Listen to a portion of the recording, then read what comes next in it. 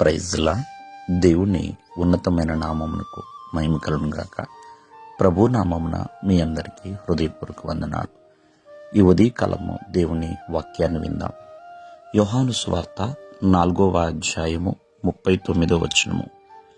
నేను చేసినవన్నీ నాతో చెప్పినని సాక్ష్యం ఇచ్చిన స్త్రీ యొక్క మాటను బట్టి ఆ ఊరిలోని సమరయులలో అనేకులు ఆయన యందు విశ్వాసముంచాయి.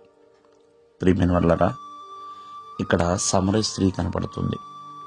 యోహాను సువార్త 4వ అధ్యాయము 7వ వచనం కాంచి ఆమె యొక్క ప్రస్తావన మనకి కనబడుతూ ఉంటుంది. ప్రియమైన వాళ్ళరా, మరి ఈ సుఖారు అనే ఊరిలో ఈ సమరయ స్త్రీ చక్కటి సాక్ష్యాన్ని కలిగి ఉందండి.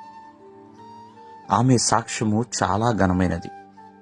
ఎందుకంటే ఆ ఊరిలో ఉన్న సమరయుల్లో అనేకులు దేవుని యందు విశ్వాసం ఉంచగలిగారు. అనేకులు దేవుని మాటలు వినగలిగారు. అనేకులు లోకరక్షకుణ్ణి తెలుసుకోగలిగారండి.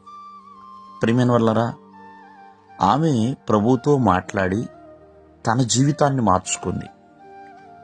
అంతేకాదు, యేసుక్రీస్తు వారితో మాట్లాడిందో ఆ యేసుక్రీస్తు వారిని తన జీవితంలోనికి ఆహ్వానించింది, తన ఊరిలోనికి ఆహ్వానించింది, తన ప్రజల మధ్య కూడా తను నడిపించింది. ప్రియమైన వాళ్ళరా, అంటే ఈమె యొక్క సాక్ష్యము చాలా ఆకర్షణీయమైనది. కారణము, ఆమె సాక్ష్యంలో మంచి ఉద్దేశం ఉందండి. ఇక నేను తెలుసుకున్నానులే, నా పనింటే నేను చూసుకుందాంలే అనుకోలేదండి. ఒక మంచి ఉద్దేశంతో ప్రియమైన వాళ్ళరా, మరి యేసుక్రీస్తు వారిని మరి తను నీళ్లు తోడుకోవడానికి వెళ్ళిన ఆ కొండను అక్కడే విడిచిపెట్టేసి ఊళ్ళోకి వెళ్ళి ప్రియమైన వాళ్ళరా, ప్రభువుతో ఏమైతే మాట్లాడిందో, ప్రభు ఏమైతే మాట్లాడాడో అవన్నీ కూడా ప్రియమైన వాళ్ళరా యేసుక్రీస్తు వారిని తీసుకెళ్లి ప్రజలకు చెప్పింది.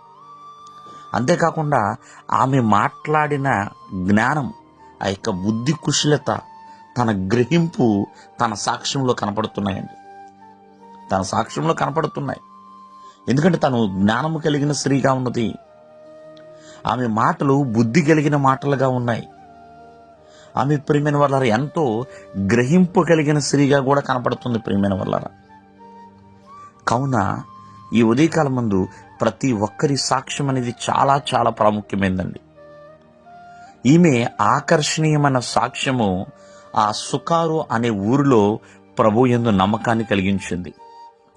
ప్రభువే లోకరక్షకుడు అని ఆ ప్రాంత వాసులకు తెలిసేలా చేసిందండి. కావున ప్రతి ఒక్కరు కూడా దేవుని ఎదుట గొప్ప సాక్ష్యాన్ని కలిగి ఉండాలి. దేవుడు మిమ్మల్ని ఆశీర్వదించునుగాక. ఆమేన్.